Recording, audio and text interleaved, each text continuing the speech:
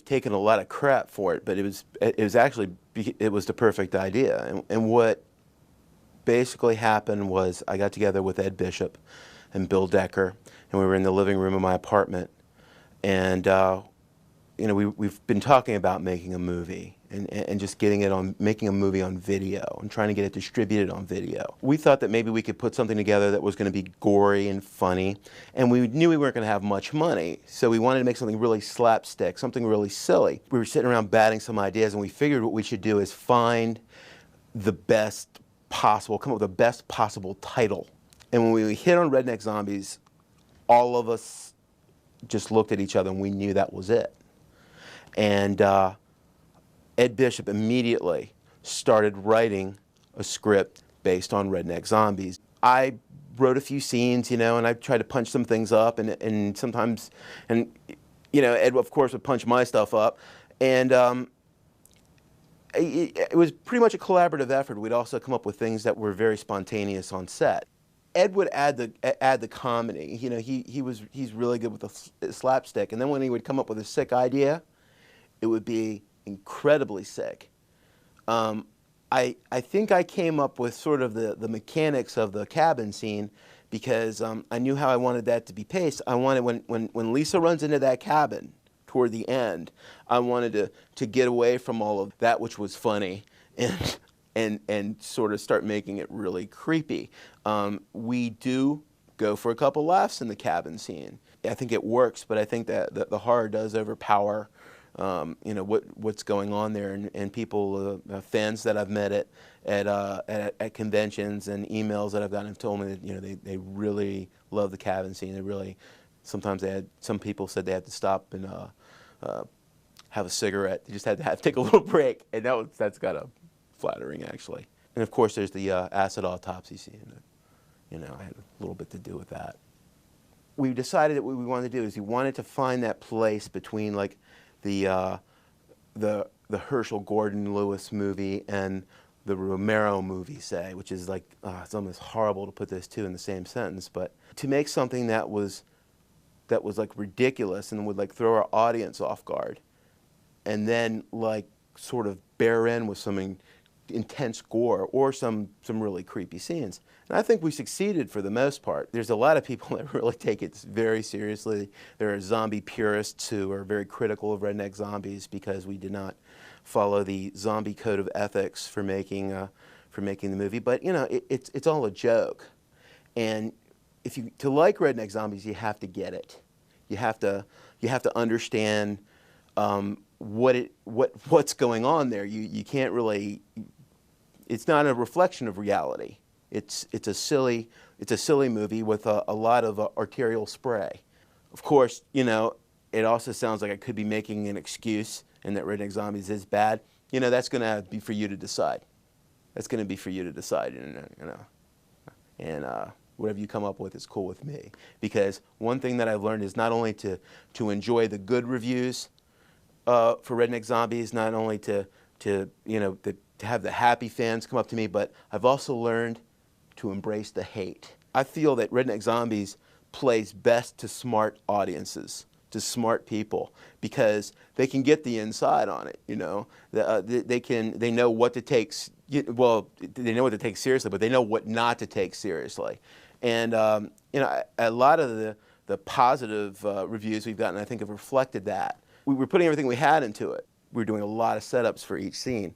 Sometimes we'd stop shooting a scene in the fall because we'd run out of light, and then we couldn't get back to it until the winter, and then maybe we have to plug in a couple of, you know, insert shots that started happening in spring, and then maybe we finish off in the summer. So some scenes do like encompass the entire 4 seasons, but you know, it all sort of blended into the spirit of Redneck Zombies, and that's kind of what makes it so magic. Probably one of the most satisfying things, in the 1980s version of Trivial Pursuit, we became a question. And the question was, what movie had the tagline, tobacco-chewing, gut-chomping cannibal kinfolk from hell? And of course the answer was Redneck Zombies. So we burst onto the pop culture scene there.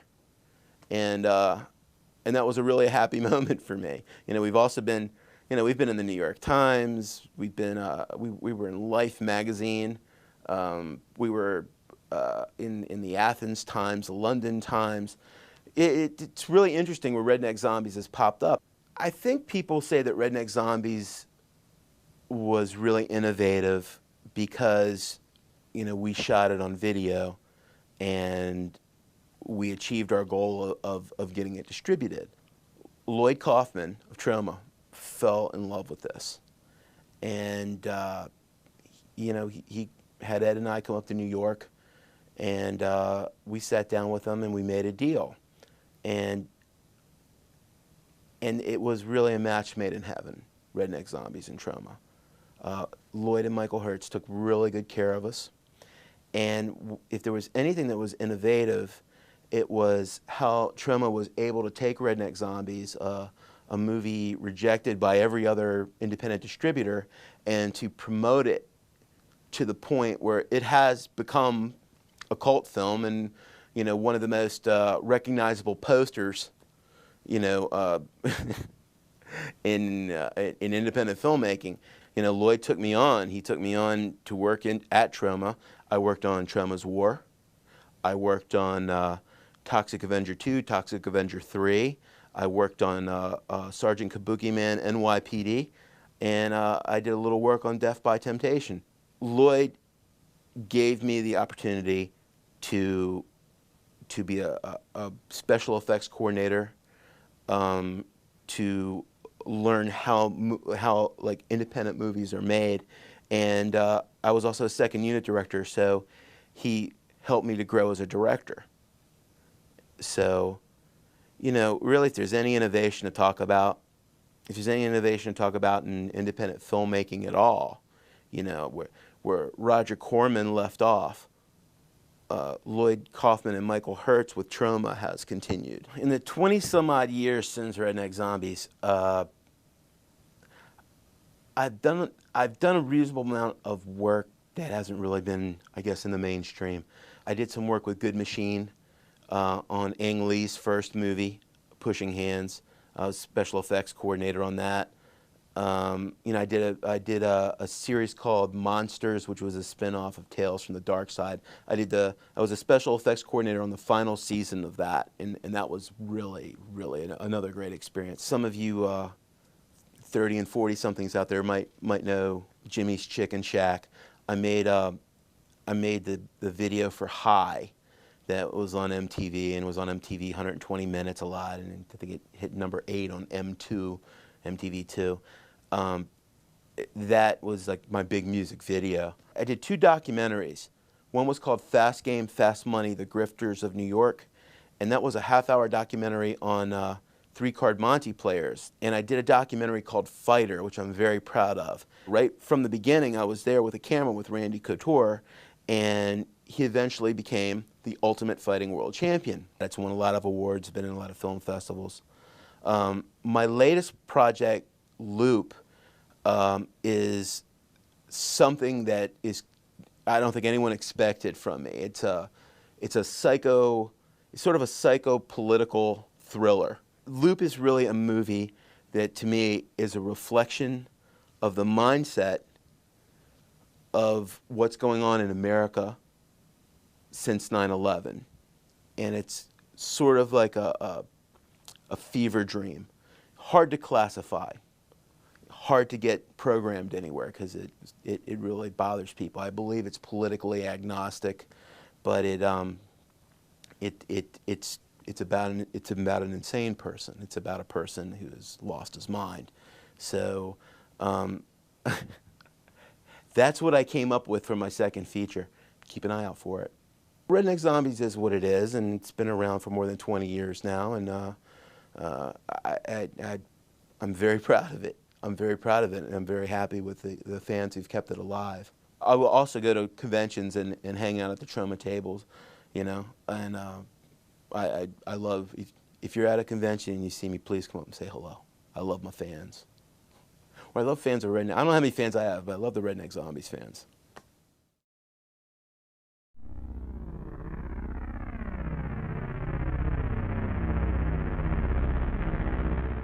I want to single out everybody as being the most essential person in this movie. Basically, it was all friends and friends of friends. And, you know, truthfully, we could not have done this movie without the support and the enthusiasm of these people. Because, you know, we had no idea it was going to take us a year of weekends to do this movie. We thought it was going to be like 6 or 8 weekends. And everybody was so dedicated, you know, that they kept showing up, and they were committed, and, you know, they stayed enthusiastic. And, you know, I think the fact that we were all friends, and despite, you know, as how hard it is to make a movie, and all the work, you know, we were having a good time. It was like a bunch of friends making a movie, and I think that comes across in the feeling of the movie. I think that's a big reason that the movie is so much fun. Working with Perry was the most god-awful experience of my entire life. He is a tyrant. He's brutal. He's known for beatings on the set. Perry is the best director that I have ever worked with. I have worked with a lot of talented directors. His sense of humor is so sharp and so skewed. He always sees the weirdness in things, and that's why you get the scenes like the Tobacco Man and the butcher, the freelance butcher scene. You know, and it's just such a pleasure to work with. There have been a lot of comments about the cheesiness of the makeup and whether it's intentional, whether it's not intentional. You know, when you're trying to put together a gore movie for no money, you know it's going to be cheesy. So we decided, all right, we know it's going to be cheesy, so we're just going to make it the epitome of cheesy.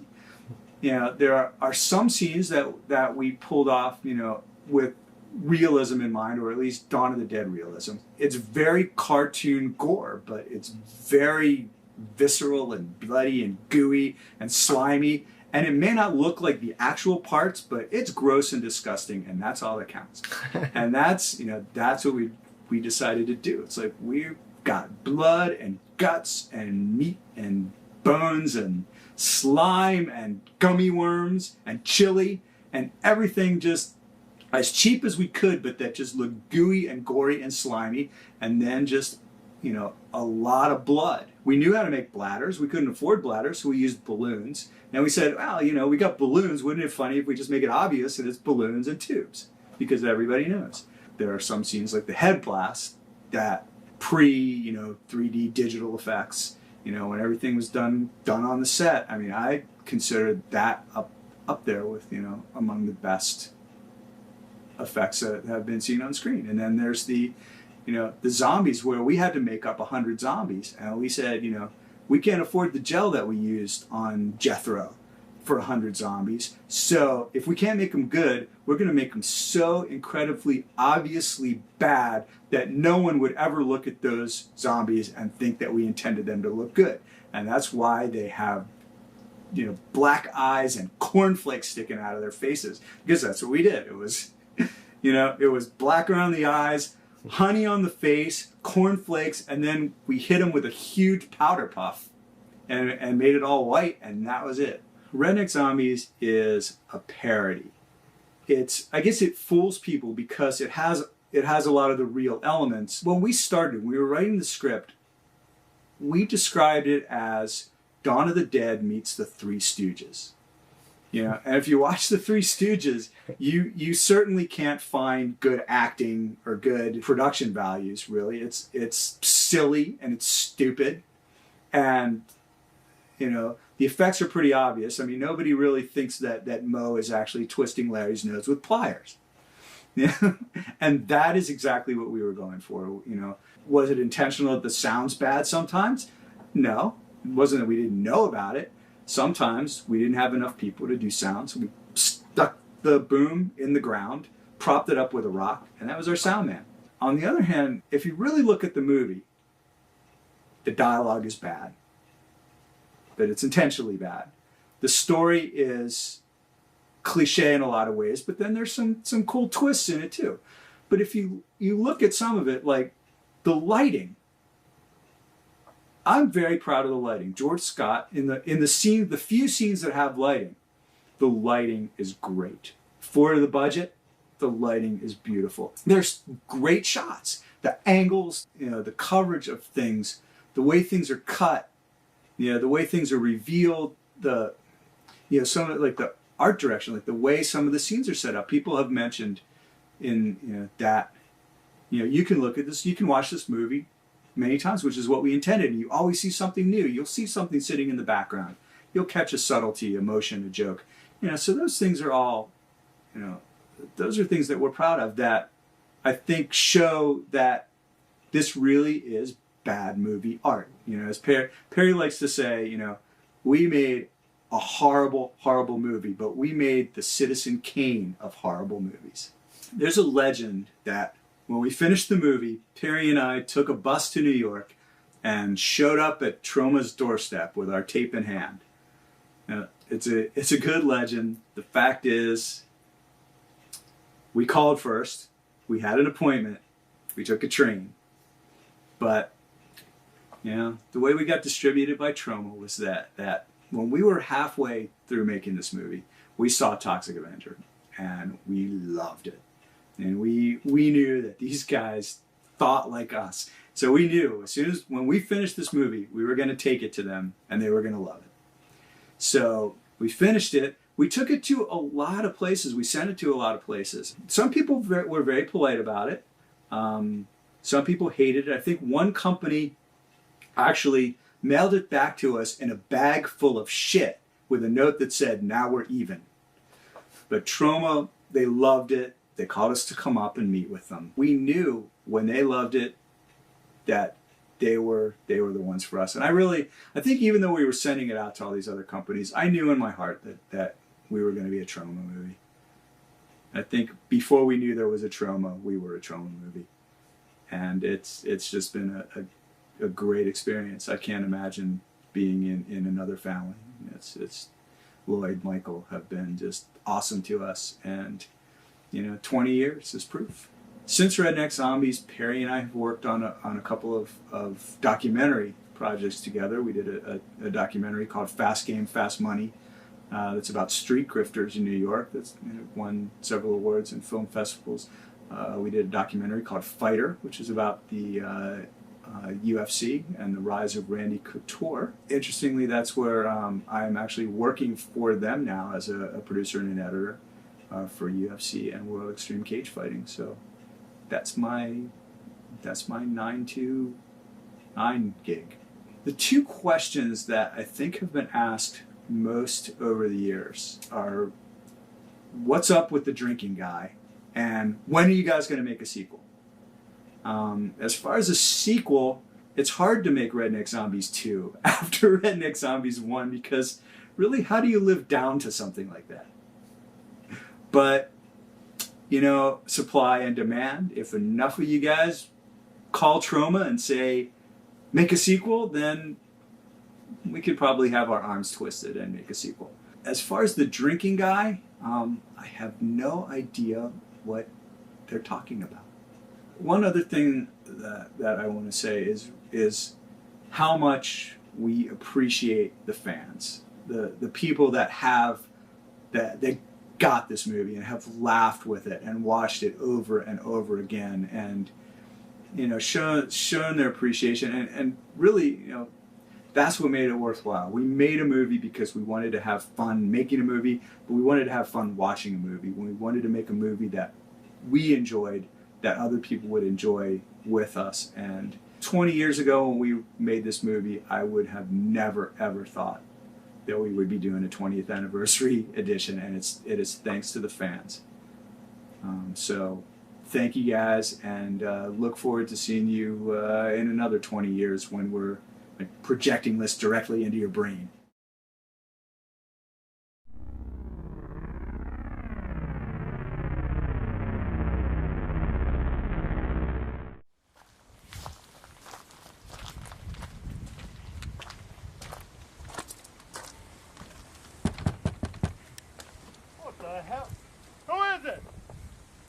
Come on, Bill, open up. It's Perry. Who? It's Perry. Perry who? Lewness. Redneck Zombies, dude. Oh, Jesus Christ, man. Did anybody see you come? No. Hurry up. the fuck in here. Jesus Christ, man, what the fuck do you want? God damn. I just remember it being a lot of fun, you know, especially for me having to eat the gummy worms and the fake blood and the Caro syrup and the coffee grounds, so it made it look like it was some sort of disgusting filth coming out of my mouth. Of course, I was the first one to jump at saying, "Oh, I'll do that. Let me gross somebody out." We all did everything from sound to, you know, transportation. You see the listings in any movie from gaffer to sound person and, you know, location manager to transportation. That's, you know, we all did it. You guys, you know, more so than anything, because you carry the responsibility of, you know, basically financing whatever money we could get together. I just can't imagine how embarrassing that was for you guys. Hi, I need, can I have a couple $100? Yeah, we're making a movie. Oh, a movie, really? What is it, Redneck Zombies? What? No. Everybody's got a high-def camera now, and people have no idea that it was half-inch equipment, no, 3/4-inch broadcast equipment, you know, with a huge tape machine, and, you know, the camera is amazingly large, and just having to set it up over and over again, people have no idea. You know, now it's say, oh, well, I'll make a horror movie, you know. Yeah, go ahead. What amazes me is the popularity of the movie now. I just can't, you know, get over how many people are, you know, have commented to me when I've happened to mention the fact that I was in a low-budget horror movies in '86. They want to know, come on. And I say Redneck Zombies, and they're like, wait a second, I've seen that. And they're like, really, you were in that? I was like, What was your most memorable moment? Probably you breaking the tailgate of my truck. Do you run into a lot of people who've seen Redneck Zombies, and how's it? No, I don't like people at all. I try to stay away from people as much as possible. What have you been doing since Redneck Zombies? I help manage my dad's marina in Mayo, and pretty much live a pretty simple lifestyle. But not much. I'm not what you call an overachiever.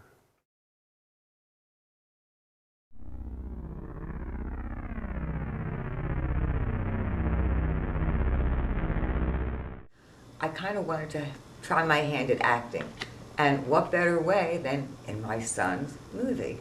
I thought it would be a real challenge and a lot of fun. But I had to audition for the part. To do it, I had to put on a hillbilly accent. Now, I still don't know if it was very good or they didn't want to see me crying, but they hired me on the spot. During the movie, my accent gradually disappeared, but I think it was all part of the fun. The other thing that I remember distinctly was when we became zombies, we had to eat disgusting bloody guts. And my son was kind enough to come over and whisper in my ear, "Don't worry, Mom, yours are the freshest." I was so happy. The first time I saw the completed Redneck Zombie movie, I was really thrilled. It was bloody, it was gory, but so funny. And I was so happy to be a part of it. I'm waiting for our grandchildren, Lacey and Gavin, to be old enough to see this movie.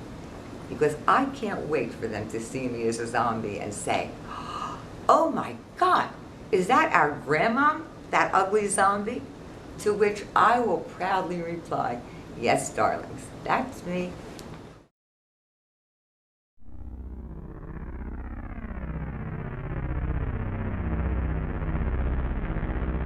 It was fun. I mean, I say it was fun, but I look back on a lot of days when it was 20 below and I was covered in blood that was literally freezing on my person. But you know, you and Perry made that atmosphere so wonderful to work in, and I think that we all enjoyed being together and working together. That you guys could have done anything to me, and I would have just gone along with it because I trusted you. A lot of people may say that a lot of me was into Lisa, but I don't think I really complained that much. My favorite story is when Ferd, at the end of the film, and we're shooting the rape scene. We get to the point where we're ready to actually have Ferd on top of me, and I was really nervous about this because I was not sure exactly how this was all going to go. And so the actor who played Ferd, we get into place, and as he's laying down on top of me, he whispers in my ear, he says, "Lise, when I'm in the throes of my orgasm, can you call me Ramon, your zombie stallion?" And that just set the pace for the whole day. I was like, okay, that's good, all right.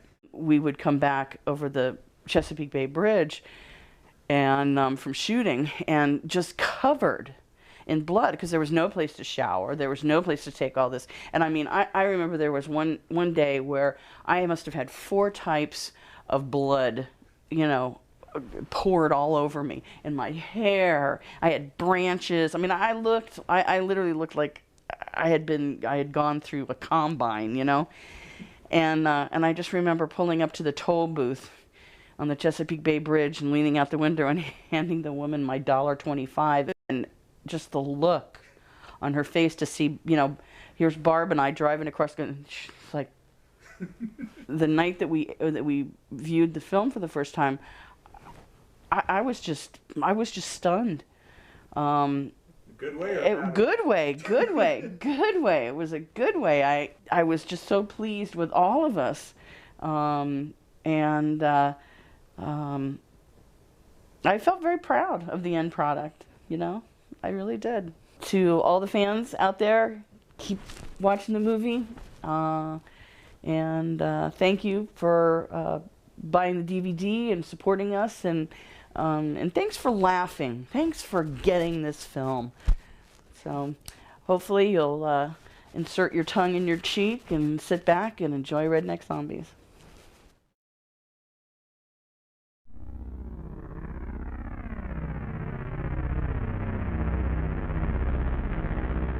It was a great group of people putting together a movie that really, obviously, never took itself serious, and just was being done because we had hung out together for so long, and we were like the original troupe. We were like John Ford, we're Warren Bond and John Wayne and the Searchers, we were like Grapes of Wrath and the Clementine. We were like a troupe. We were like a F troupe, like a FU troupe. We're like a bad group of people together, just seething and hating the world. It was a wonderful time. Hated every minute of it. I was involved in pre-production, usually going out and getting the food, eating it before I brought it back to everybody, and then claiming that the 7-Eleven was closed. 24 hours, obviously not in a row, but 24 hours, just the same. In post-production, I was extremely involved in going out and getting the food and then bringing it back, eaten, and then claiming that the Quick Check was closed. And then during the filming, I was not involved at all. I was once at a Radio Shack in Bridgewater, New Jersey, and there was some Radio Shack-ites working behind the counter, whispering to each other. And I, of course, thought they were talking about the fact that, hey, look at that big 475-pound guy. How can he walk around? And God, please don't let him fall on us. And when I went to check out, I bought some snacks at Radio Shack, which was a very good deal back then. Radio Shack was a very big purveyor of wonderful carbohydrate snacks. When they asked me, they said, "Excuse me, aren't you that guy, Ferd Mertz from Redneck Zombies?" And I was quite taken aback. It was very, very funny. I said, I've never actually, no one's ever asked me that, but I am. And all of a sudden he shrieked and said, I knew it. He ran out of the store and obviously ran down to the corn dog stand within the food court and brought 4 other people with those funny lemonade hats. And they all came in and actually, sadly, asked me for my autograph.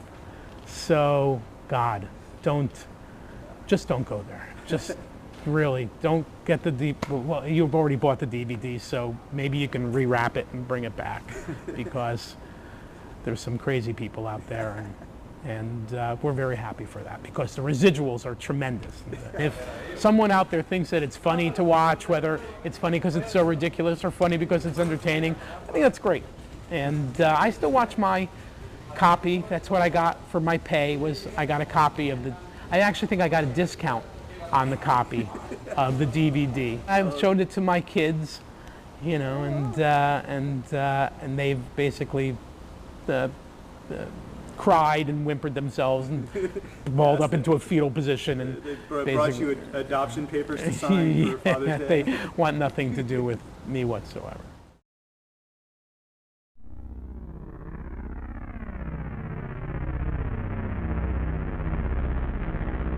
Here I am working at this little TV station, and this guy's talking about this movie, and I wanted to know more about it. What are you doing? What are you doing?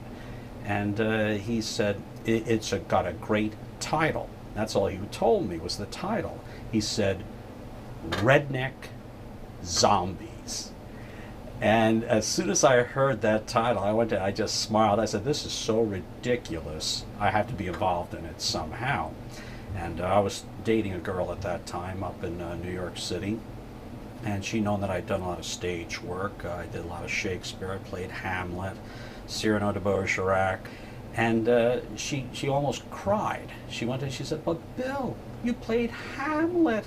How can you do this? I said, this will live forever. All the stage stuff I had done, nobody's ever going to see it, etc., etc. I said, but this thing, no matter what condition it's in, it's going to live forever. We shot most of the movie on my farm in Delaware. The lake sequences and the old farmhouse, that's all located there. The Tobacco Man scene, the truck, that's all located in Delaware. In fact, the truck is still out in the field. You can actually Google the farm in Delaware if you knew the address, and you could actually see that thing still sitting out there in the field. We started shooting in the summertime. Well, around deep December, early January, we're still shooting scenes around the pond. And I turned to Perry and I said, oh, Perry, is this stuff gonna cut? I mean, the trees, they're all dead. And the perfect answer for me. He said, don't worry. All the radioactivity has gone ahead and killed the trees and the leaves have fallen off. I felt that they sincerely made a good effort at making one of the worst movies ever made. We've all moved on to bigger and better things, I hope. After Redneck Zombies, I actually worked with Ted Turner for a while. Worked at the Weather Channel. I moved around a bit, wound up in Virginia where I'm working with NASA. Did a television series for children about math and science. Got a lot of Emmy Awards, got a lot of just a lot of recognition. NASA's been very good to me. So here I am. Nobody knows about this work with Redneck Zombies. Here I am in the heart of NASA. We're planning to go to the moon, the Mars, and beyond. And there's guys like me working behind the scenes who've worked on Redneck Zombie movies who is going to get you there.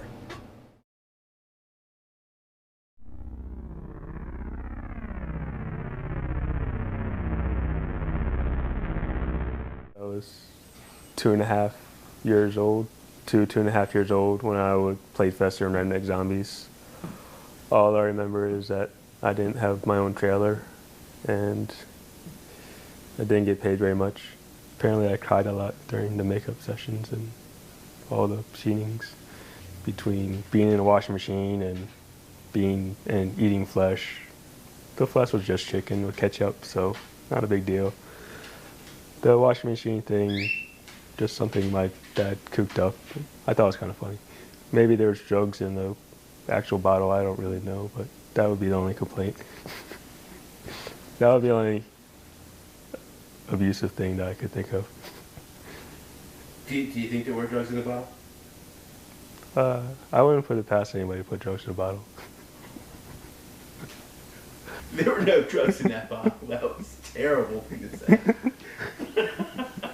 Oh, God.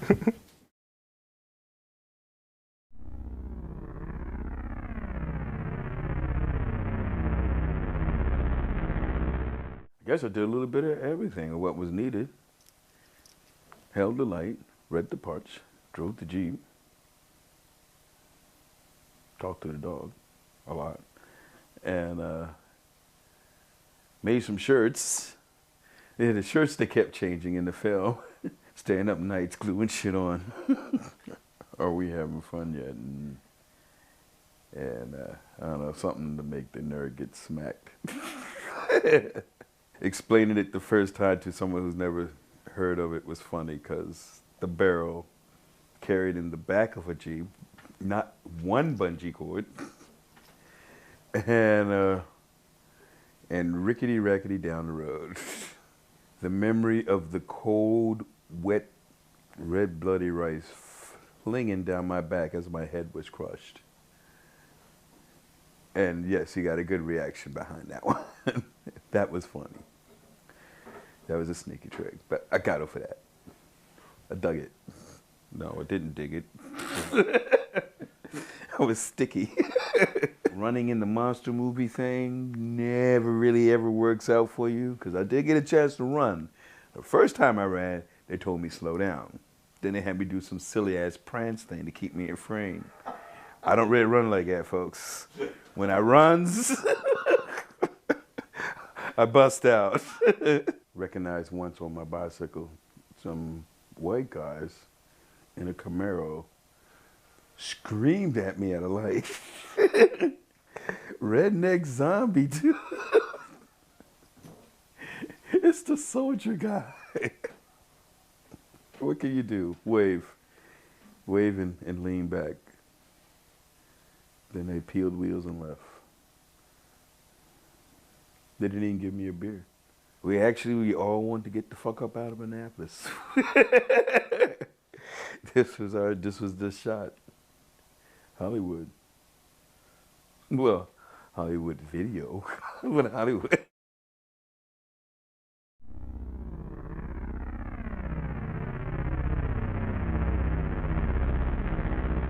I got to do the soundtrack for Redneck Zombies because Perry and I basically went to movies and literally it's one of those things where we said one day we're going to do this. One day we're going to make movies just like this.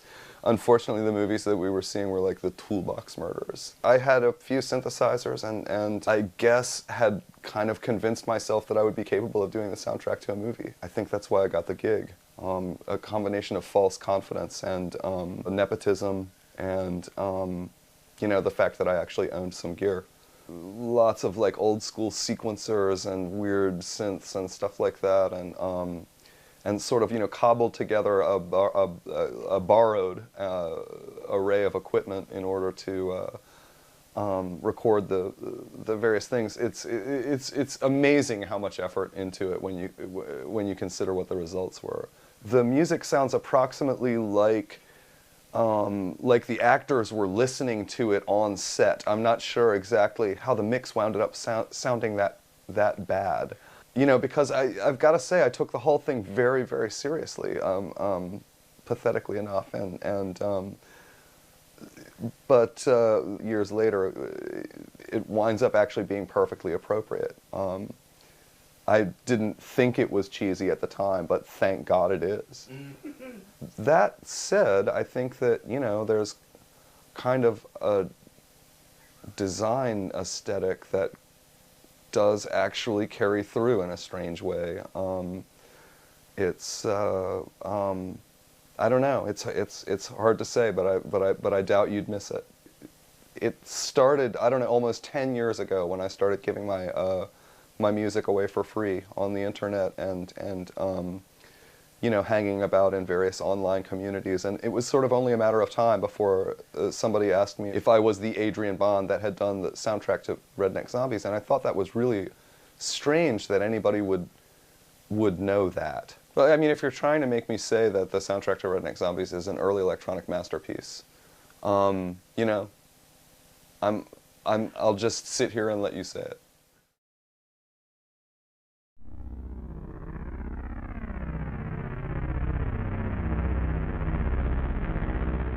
I used a stage name, and most of us in the cast used stage names because at that time I hadn't ruled out a run for the presidency, and that's just the kind of thing that Republicans like to bring up, or is it the liberals? I don't know. But basically we're a bunch of people out in the woods with cameras and special effects and boom mics, and it's just an electrifying experience. How did you feel about it? I mean, you said you didn't think it was bad, but... Well, no, I didn't say I didn't think it was bad. Of course it's bad. It's Redneck Zombies. We had a first day of shooting where we all got into cars and we drove out I almost think it was stealth filming, because I don't know if we had permission to be where we were. Just kind of drove off the road into the woods and started filming. My father, who unfortunately passed away a few years ago, played one of the doctors at the beginning of the movie. He's been acting since he was like 5 years old, and very professional actor, and he approached the role as seriously as anyone would approach any role, and he just really enjoyed being a part of the film. It was on his resume for years and years and years. Afterwards, he used his real name. The group of people, I think, who would not have been offended by this movie would be people who had never heard of it and never saw it. The backpack I was carrying actually happened to be my daughter's diaper bag, and it still had diapers in it. And we got to my death scene, and the zombie grabs me from behind and bites me in the neck and rips out whatever it is that comes out when you bite somebody there. And I'm bleeding all over the place. I fell down on the backpack, and I'm bleeding, bleeding, bleeding, and all I'm thinking is I'm bleeding on my daughter's diapers. Making movies is a lot, for the actors at least, is a lot of hurry up, sit around, wait, shoot. Okay, wait, shoot, wait, shoot, and then just, just do it over and over again. And we had lots of fun in between. We joked around a lot. And it was just like being at an all-day party for months.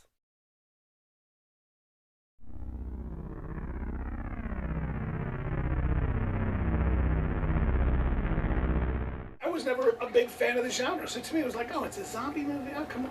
And then seeing some of the things that they did with it and adding the concept of someone actually being on an LSD trip in the middle of a zombie movie, added just that whole unique and cool twist to the whole thing. I say to this day that the shotgun blast at the end of the movie was one of the coolest things that you'll see. There's no cutaway.